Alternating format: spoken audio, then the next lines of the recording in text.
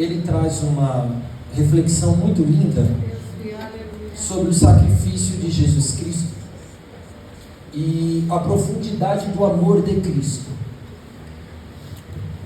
Quando eu me refiro ao amor de Cristo, eu estou me referindo exatamente ao amor ágape do nosso Deus. O amor que não olha os defeitos, o amor que evita a maldade, um amor que é irrepreensível e que vai além de todo entendimento. E se nós analisarmos friamente o versículo que nós acabamos de ler, ele está contextualizado num capítulo que tem por tema justificação pela fé e paz com Deus. E nesse capítulo, o apóstolo Paulo vai nos revelar um pouco a grandeza desse amor. Vamos ser sinceros, e é muito raro isso acontecer. Poucas vezes aconteceu, mas acontece, em que uma pessoa morre por alguém que é bom.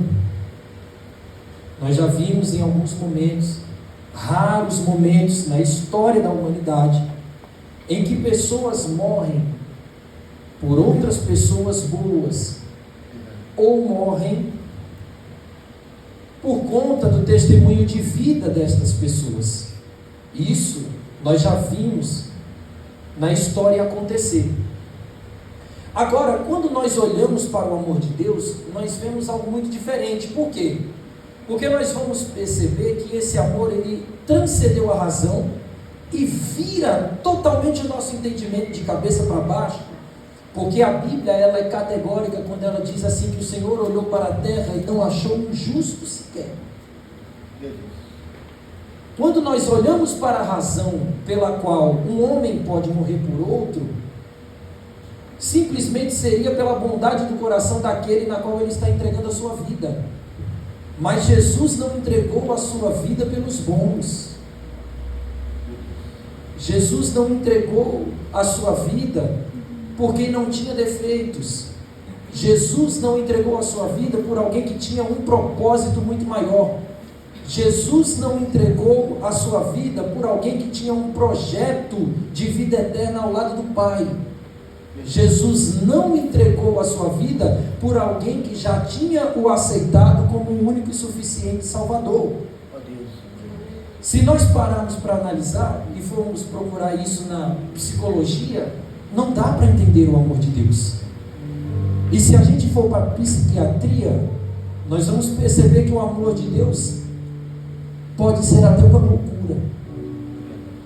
Porque Deus, na sua onipotência, se permitiu amar ao homem de uma forma tal e de uma maneira tão profunda, que ele olhou para a terra e, mesmo não vendo um justo sequer, ele propôs no seu coração enviar o seu único filho. Agora vamos analisar a parte do filho. Mesmo sendo Deus, não teve por usurpação ser igual a Deus. Antes humilhou a si mesmo, assumindo a forma de homem descendo, padecendo dores.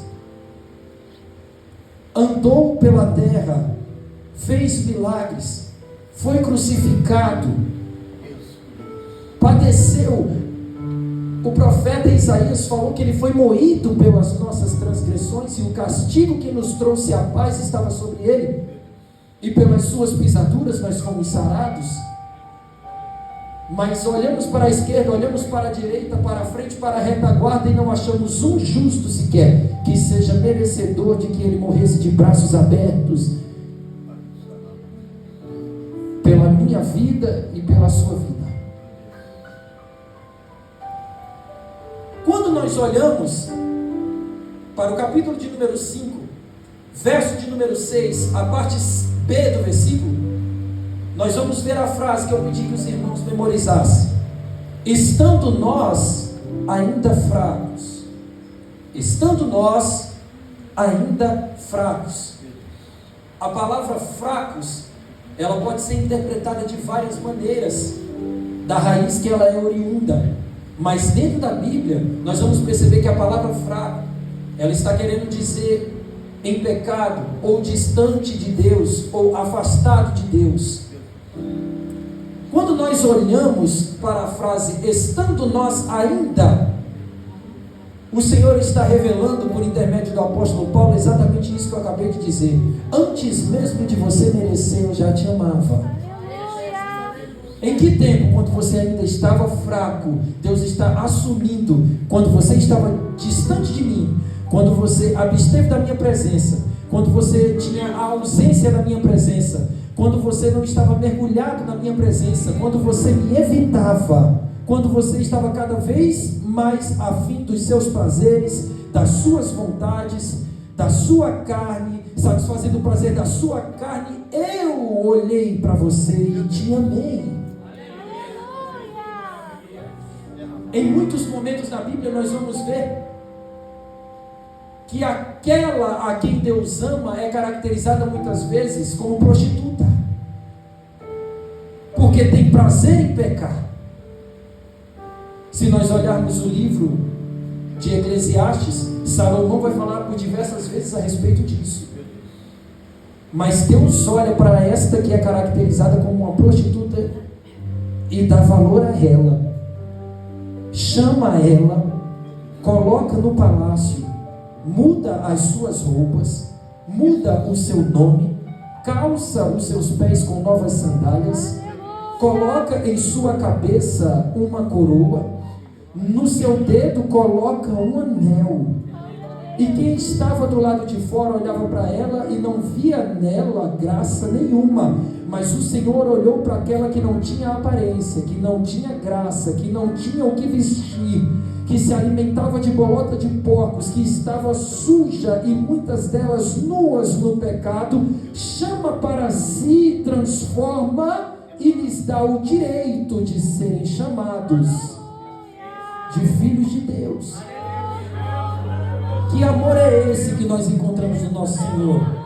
Que amor é esse que foi manifesto por intermédio do nosso Senhor e Salvador Jesus Cristo? A fraqueza espiritual é abordada no capítulo de número 5 da carta de Paulo aos Romanos, como sendo ela a responsável, a atingida, e utilizado a palavra fraqueza para apontar ela. Olha, essa fraqueza é espiritual. Queridos, quem vive de aparência pode nos enganar, mas o Senhor sabe que está fraco. Mateus, quem está forte demonstra simplesmente no vestir que está forte? De maneira nenhuma. Aquele que está forte só consegue ser visto como forte diante de Deus. Aquele que é forte é encontrado forte de joelhos no chão na madrugada, quando o Senhor disse: aquele que me busca na madrugada me encontra. No culto de ensino eu ouvi falar a respeito disso também, a respeito da oração. Nosso pastor foi categórico quando falou que aqueles que amam a Deus buscam através da oração, porque quem ama quer falar com aquela pessoa que ama, e essa é a realidade. Então, quando nós olhamos para a palavra fraqueza, nós vemos as pessoas longe do caminho da oração. Mas eu olho para fora, vejo bem vestido, vejo alinhado, muitas vezes vejo portando a Bíblia, mas eu sei que aquilo que ela está vivendo não necessariamente é o que está por dentro. E o Deus que vê no secreto conhece, sonda, e o nosso Senhor começa a tomar algumas atitudes baseadas nisso. E quem está do lado de fora está olhando: não é possível que essa pessoa se desviou. Não é possível. Não é possível que era tamanha essa fraqueza, porque eu olhei, eu vi, estava aqui. Glorificava, orava, buscava, cantava. Muitos deles pregavam, mas o Senhor olha para dentro, está fraco. Está fraca. Mateus, mas o que isso tem de vantagem para com os homens? Queridos, depois que nós vemos a graça de Jesus aqui na terra, e nós vemos que a Bíblia fala que aqui não tinha justo nenhum, e que nós estávamos mergulhados no pecado e temos uma raiz de um homem caído, Jesus, ele nivela todo mundo embaixo dele. Quem amor maior de Cristo? Quem aqui carrega em si um amor maior do que o que Cristo teve? Nem os pais têm um amor maior pelos filhos do que o amor de Cristo em relação à igreja. Não tem. Os pais dariam a vida pelos seus filhos porque são seus. Jesus deu sua vida sem nós sermos nada dele. Então o amor de Cristo suplanta o amor que um homem e uma mulher sentem pelo seu próprio filho. Mas analise a fundo isso. Quando nós estamos abaixo de Cristo, Ele está nos nivelando por igual. Mateus, o que isso significa? Significa que no mundo pecaminoso, aonde nós vivemos, aonde a Bíblia diz que jaz do maligno, nós somos todos iguais. E o bacana da igreja é exatamente isso. Por quê? Porque é aqui que a grandeza de Deus ultrapassa o status do ser humano. É por isso que é bom ser crente, irmãos. Por quê? Porque o teu chefe pode se converter, entrar aqui e vai ter que sentar na mesma cadeira que você está sentado. E tem mais, se você for presbítero, evangelista ou até o pastor da igreja estiver sentado aqui em cima e ele não for obreiro, ou então a pessoa que vai ter oportunidade para pregar na noite, ele vai ter que sentar aí embaixo, como outro membro qualquer ou qualquer outro congregado. Por quê, Mateus? Porque Deus nivelou. No reino do céu não tem ninguém maior do que ninguém. Todo mundo pecou e foi destituído da glória de Deus. Mas a grandeza de Jesus é tão maravilhosa que em meio a esse nivelamento da sociedade, Ele elegeu os seus verdadeiros. Aí a palavra de Deus ainda diz assim, ó, Ele está procurando ainda os verdadeiros adoradores, que adorarão ao Pai em espírito e em verdade. O que Ele está dizendo? Eu não estou procurando status. O Senhor não está procurando nas maiores faculdades. O Senhor não está procurando nas maiores empresas, os maiores CEOs. O Senhor não está procurando os maiores coordenadores. O Senhor não está procurando os maiores presidentes. O Senhor não está procurando aquele que é mais letrado. O Senhor não está procurando aquele que tem uma família muito conhecida. O Senhor não está procurando aquele que porta o melhor carro. O Senhor não está procurando aquele que porta a melhor oratória. O Senhor não está procurando aquele que detém o maior cargo dentro da instituição eclesiástica. O Senhor não está procurando estas pessoas apenas. O Senhor está procurando a mim e a você que estamos aqui hoje. O Senhor está olhando do céu para cá e olhando para nós aqui nesta noite. Mateus, é mais um culto. Não pode ser mais um culto, porque o Senhor está procurando os verdadeiros adoradores. Então esse culto não pode ser um culto qualquer. Mateus, mas o culto de terça-feira, o culto do ciclo de oração é um culto qualquer. Toda semana tem, não é. Sabe por quê? Porque o Senhor acorda todas as manhãs procurando o verdadeiro adorador. Então na terça-feira ele acorda também procurando. O Senhor não dorme, melhor dizendo, mas se levanta do seu trono procurando. Ele se levanta pela manhã procurando o verdadeiro adorador na segunda.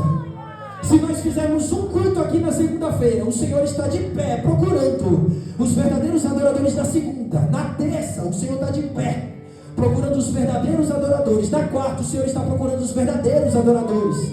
Na quinta-feira, culto de ensino, culto da palavra, culto doutrinário, culto que o pastor pega o rastelo e arranca a lã velha da ovelha. O Senhor está de pé procurando o verdadeiro adorador. Na sexta-feira, no trabalho que está sendo feito aqui com a mocidade, abençoado por intermédio aqui da vida do presbítero Igor. Só está a mocidade aqui, muitas vezes o presbítero Moisés aqui olhando os jovens para dar um suporte. E Deus está de pé no seu trono, olhando para a terra naquele dia, procurando os verdadeiros adoradores. De manhã, quando me levanto juntamente com o grupo aqui, com os músicos, para vir para cá para a igreja, para poder estudar os louvores, para poder ensinar as crianças, os adolescentes a tocarem o instrumento, o Senhor já está de pé naquela hora procurando os verdadeiros adoradores que adorarão ao Pai em espírito e em verdade. No domingo pela manhã, quando só tem 8, 9 ou 10 pessoas aqui reunidas no nome dele, ele já está de pé olhando para cá e dizendo: eu estou procurando hoje os verdadeiros adoradores que adorarão a mim em espírito e em verdade. Cadê? Eu estou procurando, eu procuro. O amor de Deus te persegue. O amor do Pai te persegue. O amor de Cristo te persegue. Por infinita misericórdia, esse amor nos atraiu, nos atingiu, abateu o nosso inimigo, nos encontrou, entrou no nosso coração, e por misericórdia nós estamos aqui para desfrutar desse amor nesta noite. Não perca tempo, porque neste momento o Senhor está olhando para cá e está procurando você. Está procurando você. Está procurando você.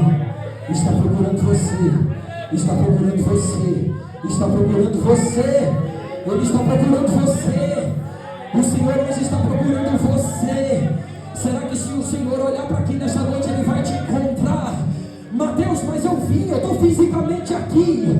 Mas como é que você está? Está aqui ou está fraco? Se estiver fraco, Ele não vai te ver. Mas se estiver forte espiritualmente, se estiver vivo, se estiver de pé, Ele está procurando você, verdadeiro. Ele está procurando você, verdadeira. Mateus, mas muitos saíram, muitos traíram, muitos me abandonaram, muitos me deixaram. Eu estou sozinho na caminhada, mas o Senhor está usando a minha boca nessa noite para dizer: eu não tenho negócio com quem está fraco. O meu negócio é com um adorador forte, de pé, a quem eu posso procurar e achar adoração em espírito e em verdade.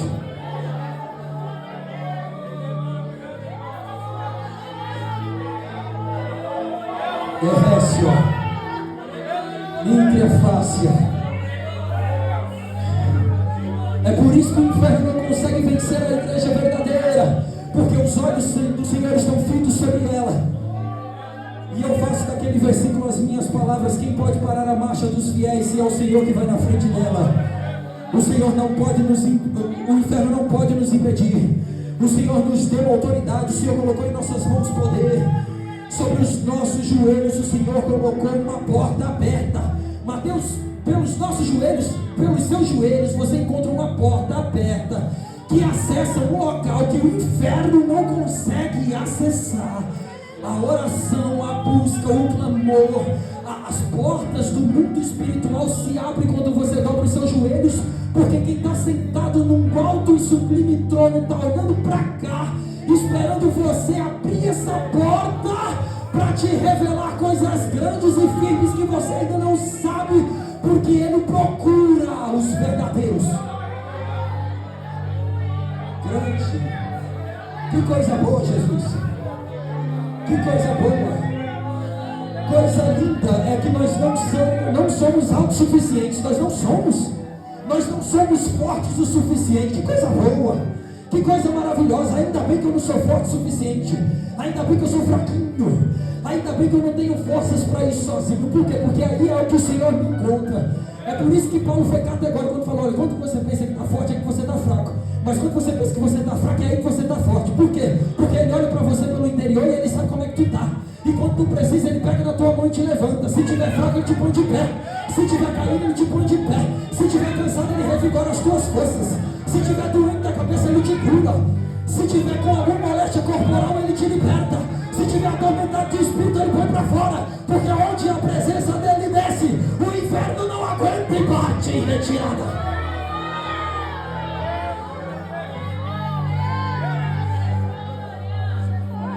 Glória a Ele, porque Ele faz a promessa e Ele mesmo cumpre.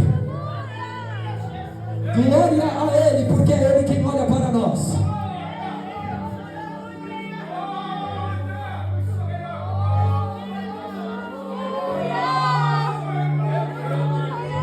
Eu já vou caminhar para o encerramento. Eu serei breve. A segunda parte que eu pedi para os irmãos lembrarem bem, guardarem, é: morreu ao seu tempo. Isso indica, meus irmãos, que a morte de Cristo não foi um acidente, não tinha nada fora da rota. Deus planejou tudo. O céu estava com tudo certo, estava tudo planejado. No 33º ano dele, Ele tinha que partir. Estava tudo marcado. Jesus morreu no momento exato determinado por Deus. Ele cumpriu o plano ele veio ao mundo só com essa missão, e essa missão era muito específica. E a sua morte lá na cruz foi um ato consciente. Ele sabia o que ele estava fazendo, e ele sabia o resultado que daria. Você já olhou para o teu lado aí e viu alguém sentado? É resultado do que ele fez lá atrás. Quando você consegue reunir sua família, muitas vezes aqui sentado aqui na igreja, todos juntos, é resultado do que ele fez lá atrás. Quando você vê os livramentos que ele te deu, o que é isso? É resultado do que ele fez lá atrás. Quando você estava doente, o Senhor te curou e te pôs de pé, é resultado. Tudo resultado do que ele fez lá atrás. Nada do que ele fez por acaso. O acaso não existe. Por quê? Porque Jesus vive em um tempo completamente paralelo ao tempo do homem. E a Bíblia, ela detalha esse tempo. A palavra tempo, ela pode ser dividida em duas. Uma é kairos e a outra é cronos. Muitos entre vocês conhecem, mas vale a pena dizer aqui nessa noite, falar um pouquinho a respeito disso, porque aviva a nossa fé e anima a nossa alma quando nós sabemos a diferença de uma coisa para com a outra. Porque embora elas sejam a mesma palavra, olhando para a sua origem, elas são discernidas de maneira completamente diferente. O cronos é o tempo que nós conseguimos contar. Nós contamos em horas, dias, meses e anos. Esse é o cronos. Esse tempo ele é imutável, ele é inalterável. Por quê? Porque a terra vai girar em volta do sol e não tem quem pare a não ser o Senhor. Então todas as vezes que ela completar o seu ciclo, se passaram dias, se passaram meses, se passaram anos, e o Senhor deu ao homem a capacidade de datar e marcar todo esse tempo, todos esses anos que nós conhecemos aqui como antes de Cristo, depois de Cristo, a contar. Mateus, o que isso significa? Em outras palavras, meu querido, não tem o que fazer no cronos. O perdão que foi pedido e foi alcançado, foi alcançado. O que não foi alcançado, não é mais alcançado. O amor que foi distribuído, foi entregue. Não tem mais como voltar atrás. Você amou, não tem mais como refazer o passado. Se você diz para uma pessoa, eu te amo, essa palavra não vai voltar mais atrás. Já passou no cronos, não tem como você voltar no tempo e desfazer. Você consegue agora ligar para essa pessoa e dizer, olha, eu não te amo mais. Por quê? Porque no passado eu te amei. O cronos marca, não deixa você esquecer. Se você por um acaso tinha algo contra alguma pessoa e chegou para essa pessoa e pediu perdão, o perdão foi alcançado, ele foi alcançado. Mateus, mas hoje eu discuti com essa mesma pessoa que no passado eu pedi perdão, e agora? Mas aquele perdão que ela liberou no passado para você foi alcançado, já aconteceu, não tem como voltar atrás. O cronos já marcou esse tempo, não tem mais como voltar lá e desfazer aquele perdão que ela liberou para você, ou que você liberou para ela. Mateus, o que isso gera no ser humano? Gera ansiedade, porque não tem como mudar mais, e você fica pensando uma forma de fazer diferente, e não tem como fazer diferente. Por quê? Porque diferente de qualquer outra coisa, você não consegue olhar o amanhã e prever uma desgraça. O cronos não te deixa ver o amanhã. A porta dele é aberta só para trás. Você só consegue ver o passado. E nós caminhamos nesse tempo. Mas Jesus não. Jesus, ele vive no kairos. E o kairos se refere a um tempo específico. Ele tem um significado tão importante. Ele não é apenas um tempo cronológico, ele é o tempo certo, ele é o momento exato. Essa é a diferença do cronos para o kairos. O cronos é o tempo contado, e o kairos é o momento exato que o Senhor tem para fazer alguma coisa. Mateus, o que isso significa? Significa que tudo aquilo que o nosso Senhor faz, Ele faz no tempo certo, porque o tempo é dele. No cronos, Se você tem um boleto para pagar numa data e não pagar, no outro dia ele está correndo juros. Sim ou não? Mas no tempo de Deus o boleto dele não corre juros, porque é Ele quem dá o tempo de pagar. Ele é quem decide. Por isso que Ele é o dono do ouro e da prata. Por quê? No tempo que Ele quiser, Ele desembolsa e faz acontecer. Mas se Ele não quiser, Ele fecha a porta e nada acontece. Porque Ele é dono do tempo perfeito. E o tempo dele acontece da maneira que Ele achar melhor. Se Ele quiser pôr fim nessa luta agora é o tempo perfeito para Ele fazer isso. Mas se Ele achar que tem que durar mais 2 ou 3 dias, 1 ou 2 anos, Ele deixa acontecer porque Ele sabe o amanhã. Diferente do Cronos, o Senhor olha para frente e vê uma porta aberta e tudo que está acontecendo depois, Ele consegue ver o nosso amanhã. Porque o nosso amanhã pode ser o passado dele. Porque Ele é Pai da eternidade. Ele corre dentro dessa linha tênue. Ele olha para trás e diz: olha, eu ainda consigo mudar alguma coisa aqui. Mas quem está olhando aqui da terra está dizendo: não dá mais para voltar atrás para mudar não. Mas Deus está olhando lá e está vendo aquela obra de macumbaria que fizeram. Ele vai desfazer aqui agora. E tudo lá na frente vai ser diferente. Por quê? Porque o tempo perfeito dele é esse. Ele faz na hora que ele achar melhor. Mateus, o meu pai, não conseguiu viver na igreja o tempo inteiro. Quando se converteu, morreu. O tempo perfeito de Deus era aquele. Deus é tão maravilhoso que Ele te deu a oportunidade de viver aquilo que o teu pai não viveu e quebrou a maldição que estava sobre a tua família. Tem gente aqui que foi feito o trabalho no Cronos, no tempo que nós estamos, que o inferno falou: olha, lá na frente é que nós vamos ver os frutos maléficos do trabalho que nós estamos fazendo hoje. E o Senhor neutralizou porque você entrou aqui. Sabia disso?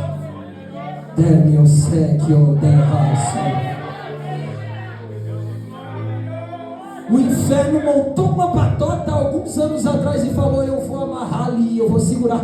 Não vai ser nada, nunca vai ser. O Senhor falou: e quem foi que disse que eu demoro para resolver aquilo que eu quero resolver se o tempo é meu?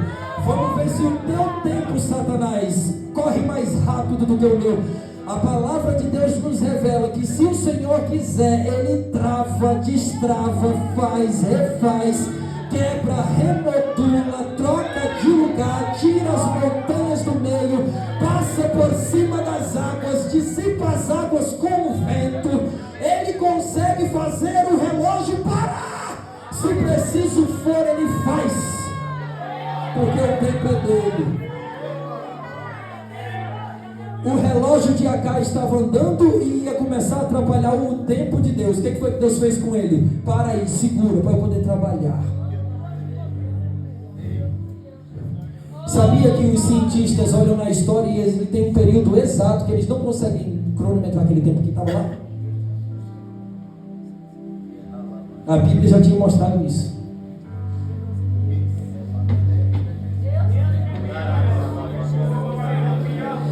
Não tem nada que o inferno possa fazer contra a nossa vida. Não existe outro Deus, igreja. Não tem outro. A palavra Deus remete ao impossível. Nenhum outro consegue fazer o impossível. Não consegue.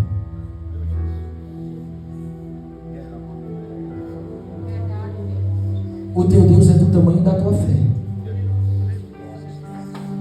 Eu vou entregar o microfone já. O teu Deus é do tamanho da tua fé.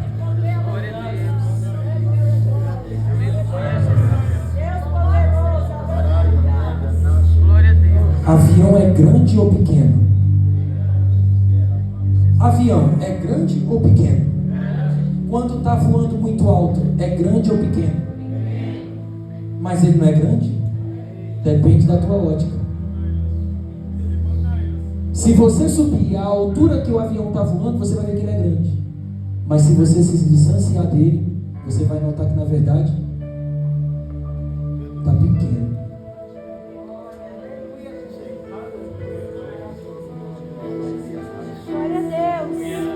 E a ótica para com o diabo é a mesma. Se você olhar de perto, você vai perceber que é grande.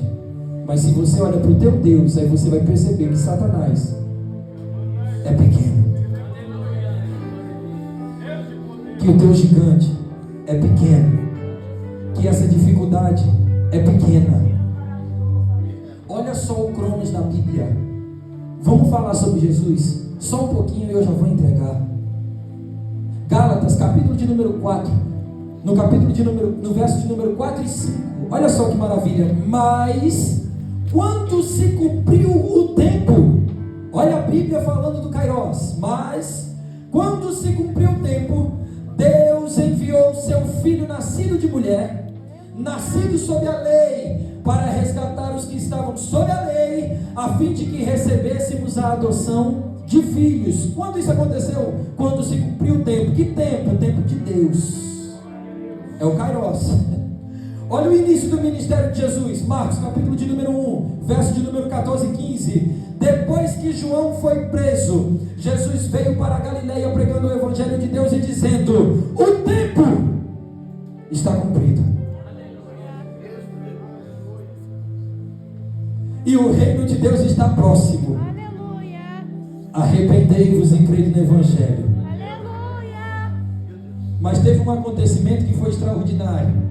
Atos dos Apóstolos, capítulo de número 2, a partir do verso de número 1. Cumprindo-se o dia de Pentecostes. Olha o Kairos. Cumprindo-se o dia da vontade perfeita, da vontade soberana, da vontade inevitável do Senhor. Ouviu-se do céu um som, como de um vento veemente e impetuoso. Nada pode impedir o trabalhar de Deus. Não perca tempo, igreja. Não perca tempo. O Senhor está nos dando muitas oportunidades.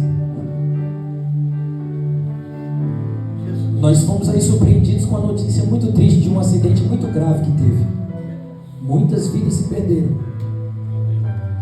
38 pessoas morreram. Todo mundo tinha projeto para hoje à noite, viu? Sabe o dia 24 de dezembro? Todo mundo contava que ia estar lá, no amigo secreto.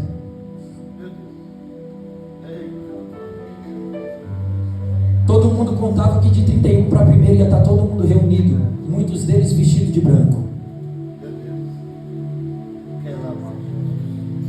38 sonhos foram embora. Ali poderia ter futuros cantores, futuros pregadores. Todos esses dons e esses talentos foram para o cemitério. Um dia Jesus vai voltar e vai requerer para si todos eles. Porque o tempo do Senhor é agora.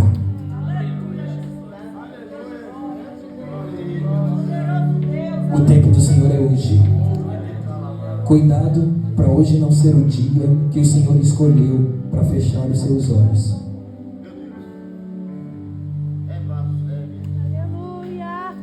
Mateus, eu sou jovem.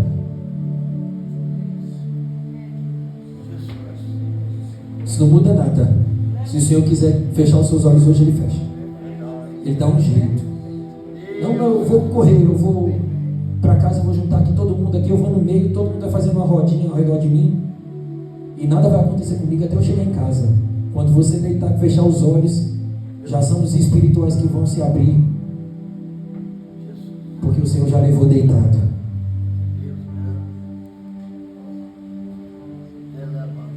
Não perca a oportunidade. Não se misture com as coisas desse mundo. Escuta o que Deus tem falado nesse altar. Não brinca com Deus. E não se iluda com o diabo. Quem brinca com Deus se ilude com Satanás.